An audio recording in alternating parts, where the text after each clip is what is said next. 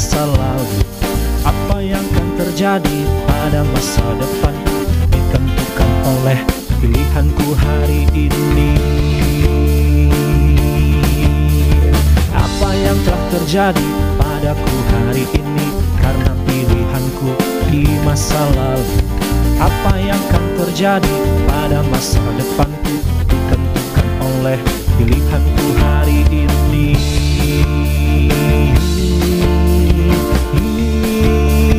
Ku tak ingin menyesal di kemudian hari. Hai anak remaja muda yang dikasih Tuhan, apa kabarnya? Kakak percaya kita semua dalam keadaan sehat dan pastinya penuh sukacita. Hari ini kembali kita datang memuji Tuhan, sekalipun kita beribadah masih di rumah masing-masing. Tapi percayalah, Yesus yang kita puji, yang kita sembah, ada bersama dengan kita. Yuk mari anak muda yang dikasih Tuhan, siapkan hatimu, siapkan dirimu untuk kita bersama-sama memuji, menyembah Tuhan dan mendengarkan firman Tuhan hari ini. Ya kita mau siapkan hati kita memuji Tuhan. Bersama-sama kita akan pujian kita, hari ini harinya Tuhan. Dialah sumber sukacita kita, dialah sumber kebahagiaan kita, sekarang sampai selama-lamanya. Bersama kita bertepuk tangan ya. Mari bersama pujikan pujian kita bagi Dia. Haleluya.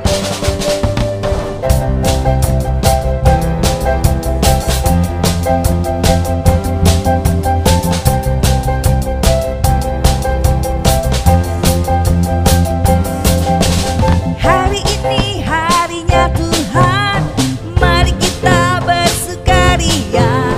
Hari ini harinya Tuhan, mari kita bersukaria. Bersuka di dalam Tuhan, yo bersuka, bersuka di dalam Tuhan. Rayakan kehadiran Tuhan sebab Dia yang layak dipuji. Rayakan kehadiran Tuhan sebab Dia yang layak dipuji. Bersuka di dalam Tuhan, bersuka di dalam Tuhan, bersuka di dalam Tuhan, yo bersuka, suka di dalam Tuhan, bersuka di dalam Tuhan, bersuka di dalam Tuhan, bersuka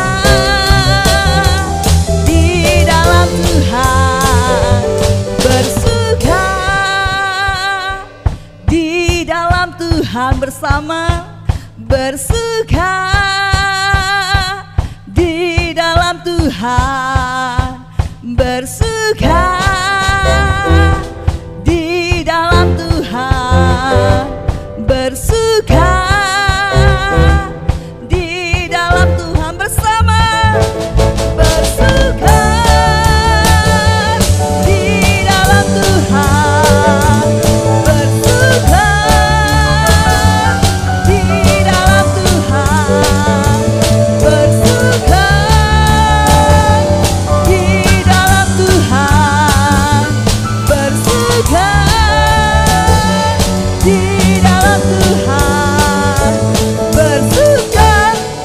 Berikan soal-soal bagian kita, haleluya. Bila kita bersuka cita, karena kita tahu bahwa sumber sukacita kita adalah Tuhan Yesus Kristus. Sumber kebahagiaan kita sekarang sampai selama-lamanya hanya ada di dalam Dia, Allah pencipta langit dan bumi dan juru selamat kita semua. Hari ini anak-anak muda yang dikasih Tuhan, kembali kita mau mendengar firman Tuhan yang adalah kebenaran. Kita mau sama-sama belajarkan firman Tuhan untuk menguatkan iman kita, memberikan makanan buat manusia roh kita, agar semakin hari semakin kita mengerti, memahami jalan Tuhan. Semakin hari kita semakin mengerti kehendak Tuhan yang harus kita lakukan dalam hidup ini. Mari kita persiapkan diri kita dengan firman Tuhan untuk menuntun langkah hidup kita setiap hari. Dialah Tuhan, Allah yang mulia. Dia Raja di atas segala raja. Dan dialah Tuhan Allah yang berdaulat atas hidup kita, berkuasa sekarang sampai selama-lamanya. Sungguh Tuhan tidak ada yang mustahil bagimu Allah. Engkau Allah pencipta langit dan bumi. Engkau yang menyelamatkan kami dari keberdosaan kami. Bahkan lebih dari itu, Engkau adalah Bapa kami yang mengasihi kami. Sungguh kami bersyukur Tuhan, menjadi anak-anak-Mu. Kami mau Tuhan, sejak kami masih remaja, kami mau hidup dalam jalan-jalan-Mu Tuhan. Sebab itu pimpin kami, Roh Kudus pimpin kami. Biarlah melalui pemberitaan firman Tuhan hari ini kembali menguatkan kami, kembali mengingatkan kami bahwa sungguh Yesus mengasihi kami. Biarlah firman-Mu Tuhan ada dalam diri kami dan kami mau lakukannya. Terima kasih Tuhan, terima kasih. Terima kasih Yesus, terima kasih. Terima kasih Tuhan. Ku yakin saat Kau berfirman, ku menang saat Kau bertindak. Hidupku hanya ditentukan oleh perkataan-Mu. Ku aman karena Kau menjaga. Ku kuat karena Kau menopang. Hidupku hanya ditentukan oleh kuasa-Mu. Bagi Tuhan tak ada yang mustahil. Bagi Tuhan tak ada yang tak mungkin. Mujizatnya disediakan bagiku. Ku diangkat dan dipulihkannya. Bersama kembali kita angkat pujian bagi Tuhan. Katakan dengan imanmu, oh sungguh Tuhan Kau Allah, tiada yang lain yang aku sembah. Ku yakin saat Kau berfirman, ku menang saat Kau bertindak. Hidupku hanya ditentukan oleh perkataan-Mu.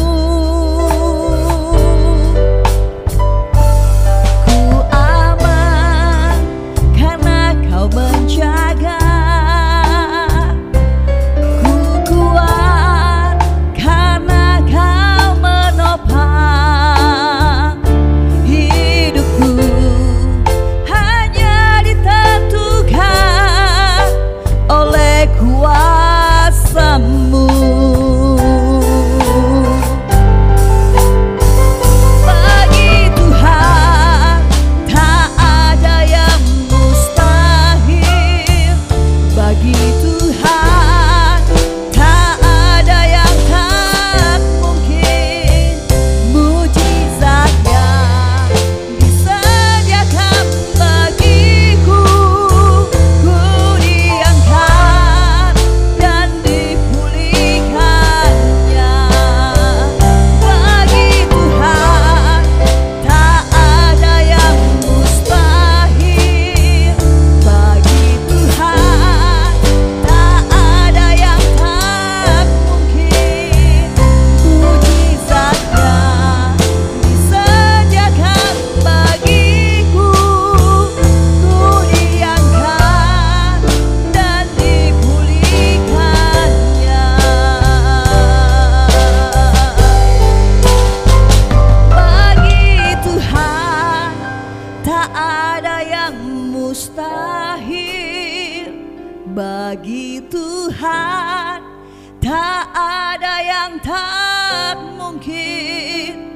Mujizatnya disediakan bagiku. Ku diangkat dan dipulihkannya. Kembali kita bersama. Bagi Tuhan tidak ada mustahil. Bagi Tuhan tak ada yang mustahil. Bagi Tuhan tak ada yang tak mungkin. Mujizatnya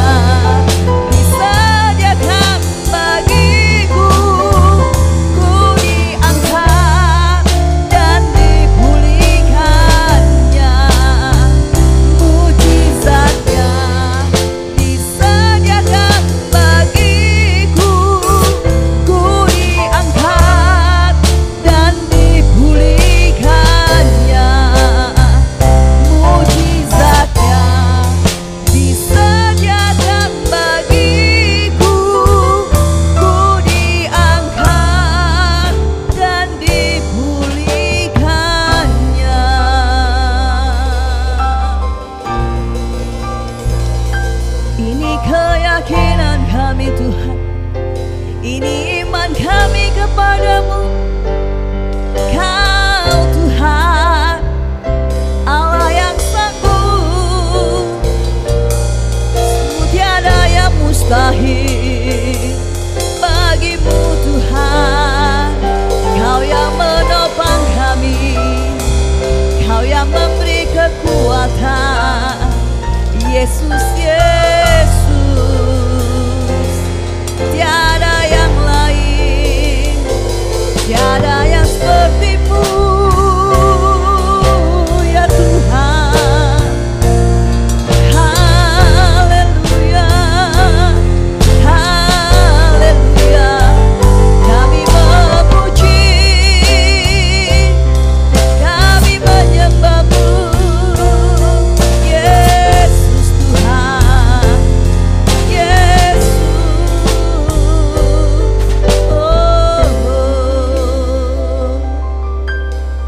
Ajari kami Tuhan, dimanapun kami berada, apapun kondisi kami, untuk kami tetap percaya bahwa Yesus yang kami sembah tidak pernah berubah dulu, sekarang, sampai selama-lamanya. Mujizat-Mu tidak pernah berubah Tuhan, akan berlaku sampai selama-lamanya. Ajari kami sejak kami masih muda ini, untuk kami berkeyakinan teguh bahwa kami ada hari ini karena ada Tuhan yang menopang kami. Ada Engkau Yesus yang memberikan kekuatan bagi kami. Ada Yesus yang memberikan hidup buat kami, sekarang sampai selama-lamanya. Terima kasih Tuhan, terima kasih. Terima kasih Tuhan. Hati kami terbuka untuk firman-Mu hari ini. Berbicaralah Tuhan kepada setiap kami anak remaja muda-Mu. Dan Roh Kudus mampukan kami, untuk kami dapat mengerti, memahami, dan kami lakukan dalam kehidupan kami sehari-hari. Ini doa kami Tuhan. Kami siapkan hati kami untuk firman-Mu. Di dalam nama Yesus kami berdoa. Haleluya. Amin. Shalom, selamat siang. Berbahagia sekali dapat bertemu secara online dengan para pemuda-pemudi Kristus yang diberkati Tuhan. Saya percaya Anda semua dalam keadaan sehat, Anda semua dalam keadaan baik, dan Anda semua tetap di dalam iman percaya kepada Kristus. Pada siang hari ini, saya ingin membawakan satu renungan yang sangat bermanfaat buat kita semua tentunya. Saya beri judul adalah Bahagia dan Berhasil Sedang Menanti Anda dan Saya. Tanpa kita sadari, ada salah satu hal yang menentukan baik buruknya hidup kita. Apa itu? Yaitu pergaulan. Dengan siapa kita bergaul dan bagaimana lingkungan tempat kita bergaul. Harus kita sadari bahwa pergaulan adalah hal penentu seperti apa kehidupan kita di masa yang akan datang. Kalau kita menyadari bahwa pergaulan ini adalah hal yang sangat penting yang menentukan garis kehidupan kita ke depannya, maka saya menghimbau para pemuda-pemudi Kristus yang diberkati Tuhan harus pintar, harus cerdas, harus berhikmat dalam memilih pergaulan, terutama memilih teman tempat kita bergaul. Kepada siapa kita bergaul? Karena teman bisa membawa kalian ke arah yang baik atau ke arah yang buruk. Ya, ingat ya, teman sangat berpotensi membawa kita ke arah yang lebih baik atau ke arah yang lebih buruk. Ya, kalau saya ilustrasikan secara singkat adalah teman itu bagaikan tombol lift. Ya, tentu Anda semua sudah pernah ya naik lift, terutama di gedung, di shopping mall ya, semua sudah pernah mengalaminya. Nah, tombol lift itu kalau kita perhatikan ada dua, yaitu tombol untuk naik dan tombol untuk turun. Tombol untuk naik adalah membawa kita menuju ke tahapan, ke level yang lebih tinggi yang kita hendak tuju. Sedangkan tombol turun adalah membawa kita menuju ke lantai yang di bawah kita. Begitu juga teman. Mirip sekali dengan tombol lift tersebut. Kalau kita memilih teman yang baik akan membawa hidup kita semakin hari semakin naik, ya, semakin bernilai kehidupan kita. Tetapi kalau kita memilih teman yang buruk, bergaul di dalam pergaulan lingkungan yang buruk, maka hidup kita sudah dipastikan akan terus turun dan terpuruk. Dan akhirnya hidup kita akan menjadi sia-sia, hidup kita tidak akan berguna bagi siapapun juga. Harap perhatikan hal tersebut, para adik-adik yang terkasih dalam Tuhan. Di dalam firman Tuhan, ya, terutama di dalam hal pergaulan, Tuhan sudah mengingatkan di dalam firman-Nya, yaitu di dalam Amsal 13 ayat 20. Ya, dengan jelas mengatakan bahwa siapa bergaul dengan orang bijak akan menjadi bijak. Ya, tetapi siapa berteman dengan orang bebal menjadi malang. Nah, ya, siapa bergaul dengan orang bijak akan menjadi bijak. Tidak mungkin kita bergaul dengan orang bijak akan menjadi buruk. Tidak mungkin. Ya. Dan ketika kita bergaul dengan orang bebal, ingat ya, bebal itu tingkatannya lebih turun daripada orang yang bodoh. Jadi orang bebal itu adalah orang bodoh, tetapi orang yang keras hati, orang yang tidak memperdulikan apapun juga. Ya, apapun dia pikirkan baik, dia akan lakukan. Sekalipun itu akan bertolak belakang dengan nilai-nilai di dalam masyarakat. Itu orang bebal. Jadi nggak mungkin kita berteman dengan orang bebal akan menjadi kita menjadi baik. Ya, ingat firman tersebut. Dan ada lagi di dalam firman Tuhan selalu dengan penuh kasih mengingatkan pada kita di dalam 1 Korintus 15 ayat 33. Janganlah kamu sesat, pergaulan yang buruk merusakkan kebiasaan yang baik. Hati-hati. Ya, kalau kita sudah hidup di jalan-jalan Tuhan, ya, kita hidup sudah menurut firman Tuhan, kita sudah menjalankan apa yang kebiasaan-kebiasaan baik sehari-hari di dalam kehidupan kita. Ingat, jangan terjerumus lagi. Jangan mendekat-dekat ke dalam pergaulan yang buruk. Ya, kita tidak ada yang kebal. Adik-adik yang terkasih dalam Tuhan, kita hanya manusia biasa. Kita masih sanggup untuk jatuh ke dalam jebakan dosa. Kalau kita tidak hati-hati, ya, kita masuk ke dalam lingkungan buruk, itu akan merusakkan kebiasaan kita yang baik. Ya, nah, bagi anda-anda semua, para pemuda-pemudi, adik-adik terkasih dalam Tuhan, sudah jelas ayat tersebut bisa menjadi satu pengingat yang keras, ya, dalam memilih pergaulan. Banyak sekali kalau kita lihat anak-anak muda yang terjerumus ke dalam hal-hal yang negatif, yang bertolak dengan keinginan Tuhan dalam hidupnya, akibat salah memilih pergaulan, akibat keras hati, akibat tidak mau mendengar nasihat Tuhan, nasihat orang tua, nasihat guru-guru, ya, baik guru-guru di sekolah, guru-guru di dalam sekolah minggu, ataupun guru-guru di dalam kelas tunas remaja, ya, keras hati, tidak mau mendengar. Nah, Anda semua, ya, sudah di kelas tunas remaja. Anda bukan lagi seperti anak usia 5 tahun, di bawah 5 tahun yang tidak sanggup membedakan mana yang benar, mana yang salah. Ya, Anda sudah lebih, Anda sudah berumur belasan tahun. Ya, Anda sudah siap memasuki gerbang kedewasaan. Sebentar lagi Anda akan menjadi manusia-manusia yang dewasa, yang saya pikir sudah mampu membedakan mana yang teman yang baik, mana yang teman yang buruk bagi diri Anda. Anda sudah sanggup memilih, Anda sudah sanggup memperhatikan dengan jelas, apalagi ada panduan-panduan, ya. Jadi jangan hanya mencari teman yang membuat kita senang, teman yang bisa membuat diri kita nyaman, ya, tidak mau memperdulikan baik buruknya pertemanan itu. Jangan hidup hanya ingin senang saja, happy saja seakan tiada hari esok. Ya, jangan berpikir seperti itu. Bersikap masa bodoh dalam memilih pergaulan, dalam memilih teman, itu sama dengan satu ilustrasi yang sangat bagus sekali. Ya, ada seorang, kita sebut saja seorang anak muda, wanita, yang memelihara seekor ular dari sejak ular itu masih ukuran kecil. Seiring dengan waktu, seiring dengan masa yang sudah berlalu, ya, ular tersebut secara pelan-pelan akan makin membesar, ya akan menjadi semakin panjang, semakin besar badannya. Dan pada satu waktu, sang pemudi tersebut dilanda kekhawatiran. Kenapa? Karena ular yang dipeliharanya itu satu waktu tidak mau makan, sama sekali tidak mau menyentuh makanan tersebut. Ya, ketika saat itu badannya sudah besar juga, tidak mau menyentuh.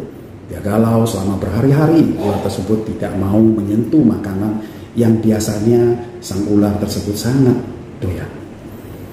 Dan akhirnya sang pemudi membawa ular tersebut ke dokter hewan. Setelah memeriksa, lalu sang dokter bertanya kepada pemudi tersebut, sudah lama dia seperti itu? Benar, sudah berhari-hari dia tidak mau menyentuh makanan. Oke, sang dokter hewan berkata bahwa Anda sebaiknya sudah mulai hati-hati, ya, jangan menganggap ular tersebut masih seperti peliharaan yang lucu, yang penurut, yang ukurannya masih kecil, ya, yang tidak berdaya apa-apa. Ada waktunya ular tersebut, karena kodratnya adalah binatang buas. Ya, hati-hati, harus Anda sudah pisahkan tempatnya, jangan berdekatan dengan Anda. Anda mau tahu, ya, sang ular kenapa dia tidak mau menyentuh makanan?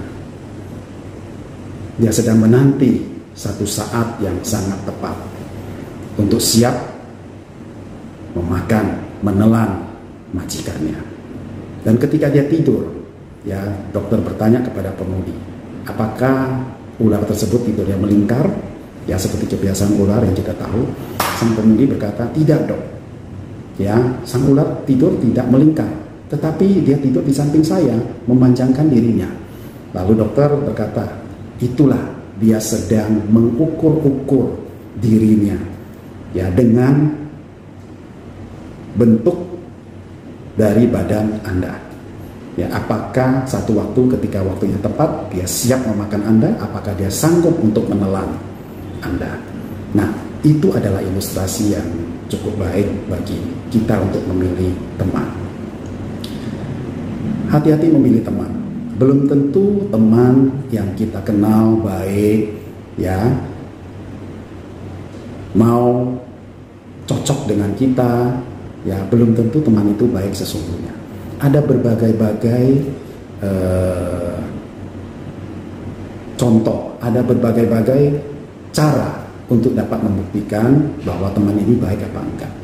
Ya, jangan seperti ular tersebut yang kita anggap baik, ya, yang kita anggap teman ini bisa bergaul, yang kita anggap tempat lingkungan saya bergaul ini baik.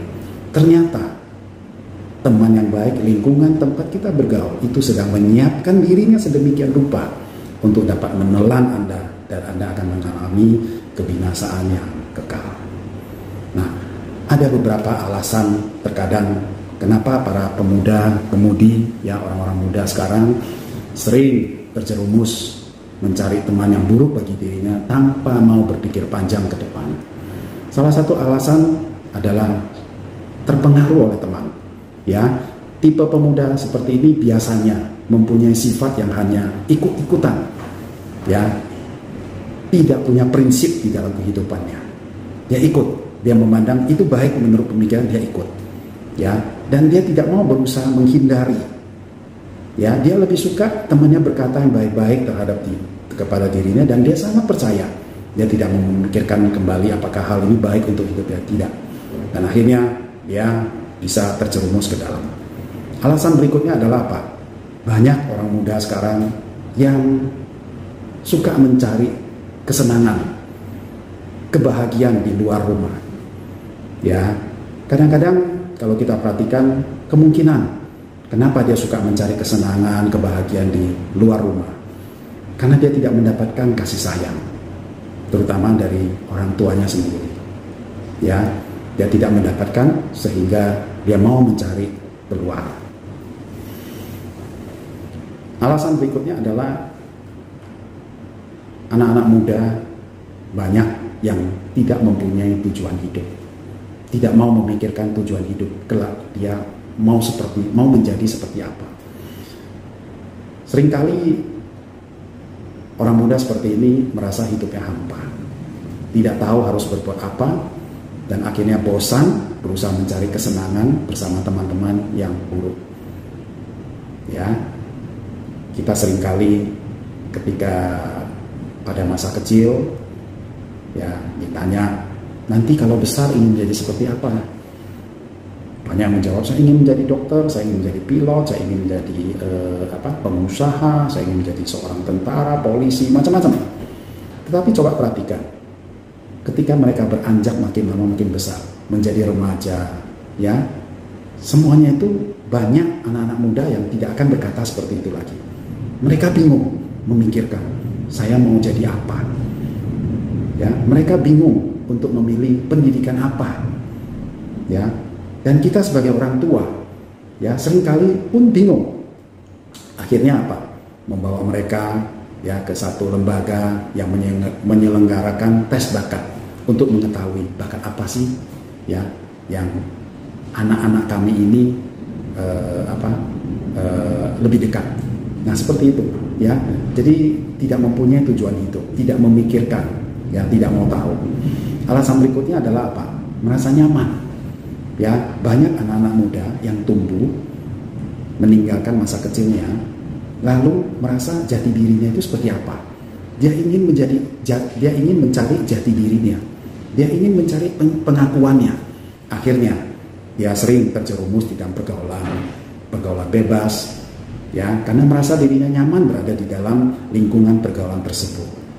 Dia merasa diterima, dia merasa dihargai, ya, dan akhirnya membuat dia enggan untuk berbalik dari pergaulan yang sebenarnya akan merusak hidupnya.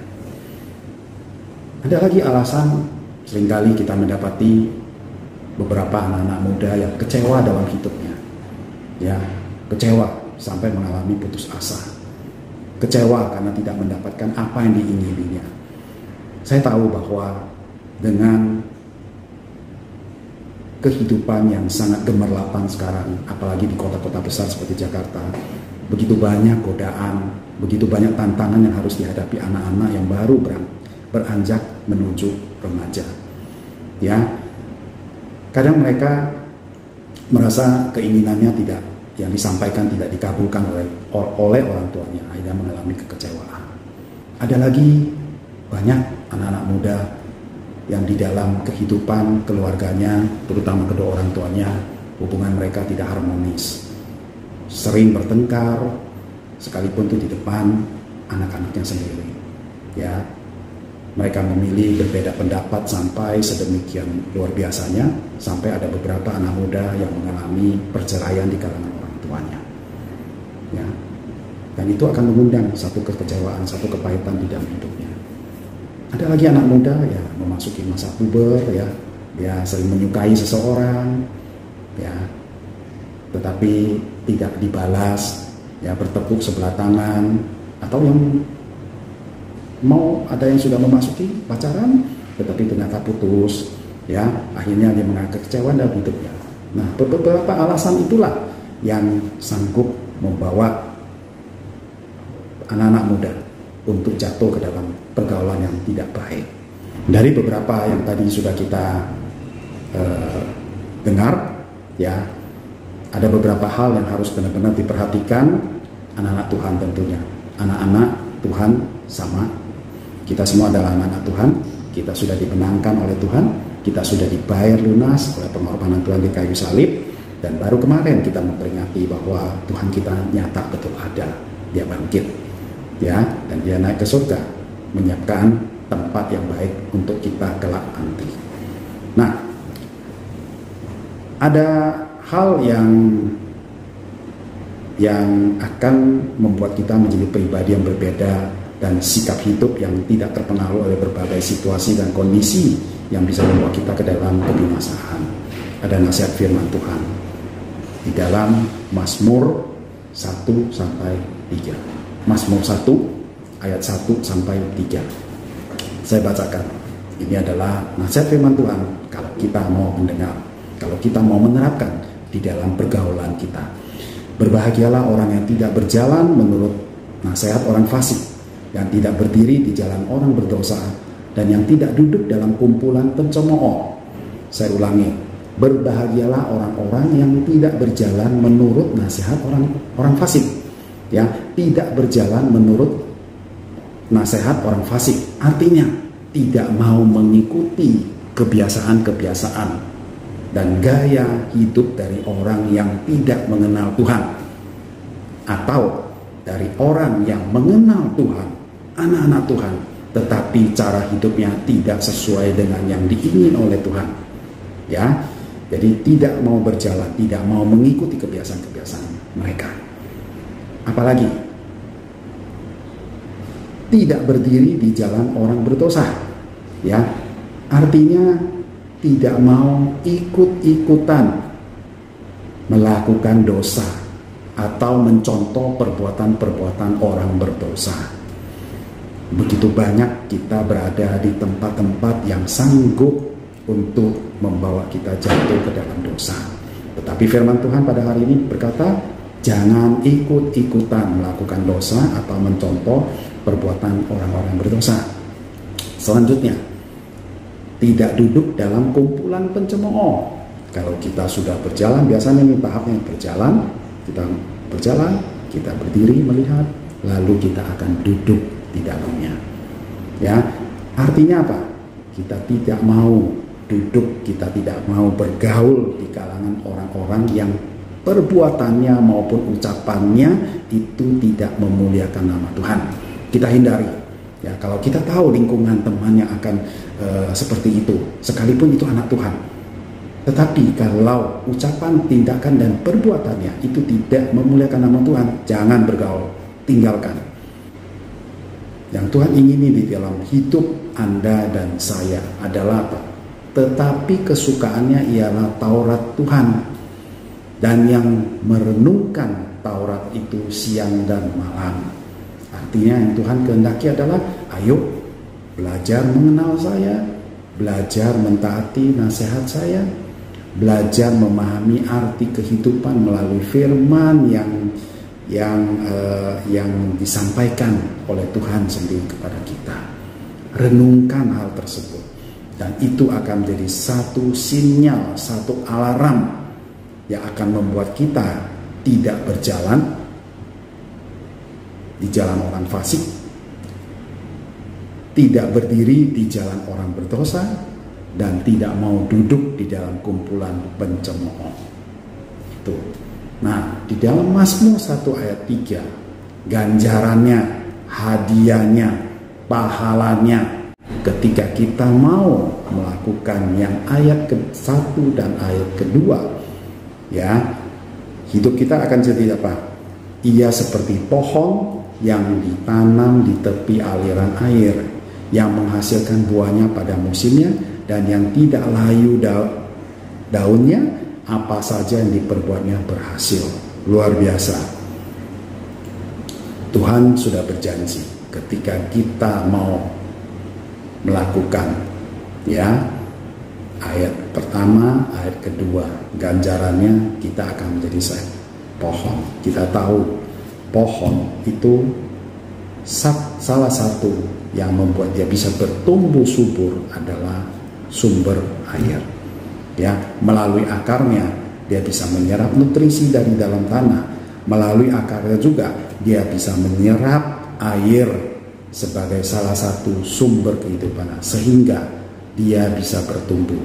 Ya, ini ibaratnya adalah kita ini adalah pohon. Ya, kita sudah ditanam Tuhan di tepi aliran air. Mau nggak akar kita menyerap nasihat firman Tuhan? Mau nggak akar kita itu mau merenungkan firman Tuhan dan mau menerapkan di dalam kehidupan kita?